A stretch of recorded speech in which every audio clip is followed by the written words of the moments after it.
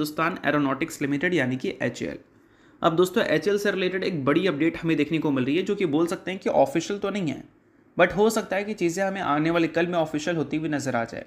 But guarantee नहीं कि official हो ही जाएगा, बट हाँ, एक बड़ा रिपोर्ट जब आता है तो मोस्ट ऑफ द टाइम हमें वो चीज़ें सच होती हुई नज़र आती है। कभी एक दिन में सच हो जाता है, तो कभी एक हफ्ता लगता है, तो कभी एक महीना, कभी एक साल भी लग जाता है। ठीक है, तो इस वजह से इन सारी चीज़ों को आप सिर्फ नोट करके चल सकते हो। इसको बोल सकते हैं गारंटी की तरह लेने की ज़रूरत नहीं है कि एक हफ्ते में ये सारी चीज़ें ऑफिशियल हो जाएंगी।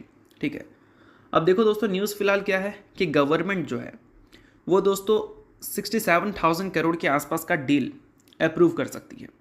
अब ये 67,000 करोड़ का डील अगर वो अप्रूव करती है तो इससे किसको फ़ायदा हो सकता है? HAL को फ़ायदा हो सकता है, क्योंकि न्यूज़ हमें ये सुनने को मिल रहा है कि इंडियन एयरफोर्स को बड़ा बूस्ट मिल सकता है, क्योंकि गवर्नमेंट अप्रूव कर सकती है 97 न्यू फाइटर एयरक्राफ्ट।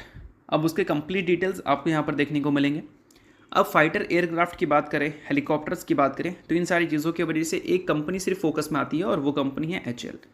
तो मान लो अगर 67,000 करोड़ का डील अप्रूव हो जाता है तो अल्टीमेटली अगर हम देखें HAL के ऑर्डर बुक को, तो उसमें वंस अगेन एक बड़ा बूस्ट मिलता हुआ दिख सकता है, यानी कि ऑर्डर बुक में और भी बड़ी तेज़ी देखने को मिल सकती है।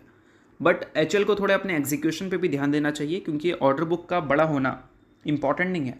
ऑर्डर बुक को टाइमली रेवेन्यू एंड प्रॉफिट में कन्वर्ट करना वो इंपॉर्टेंट है। बट कंपनी पूरी तरह से तो डिपेंडेंट नहीं है, बोल सकते हैं, किसी भी एयरक्राफ्ट को मैन्युफैक्चरिंग करने के लिए, अगर हम खुद पे देखा जाए तो, क्योंकि इसके इंजन्स कंपनी को दूसरी जगह से लेना होता है और भी कई सारी चीज़ें होती हैं, कंपनी दूसरी कंपनीज पर डिपेंडेंट होती है।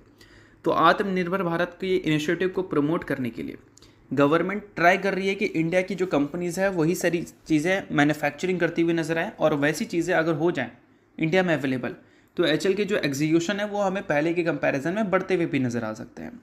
और उस केस में कंपनी के जो रेवेन्यू ग्रोथ का जो पेस है वो भी इंक्रीज़ हो सकता है। अगर पिछले 5 साल का CAGR देखोगे तो रेवेन्यू ग्रोथ का CAGR सिर्फ 8% है, 3 साल का भी 8% है, पिछले साल का तो बहुत ख़राब था 2%। तो इस चीज़ को कंपनी इंप्रूव करना चाहेगी और डबल डिजिट में इसको लाना चाहेगी। 2026 के फाइनेंशियल ईयर को लेकर ग्रोथ गाइडेंस कंपनी का 8 से लेकर 10% का है अपने रेवेन्यू ग्रोथ में।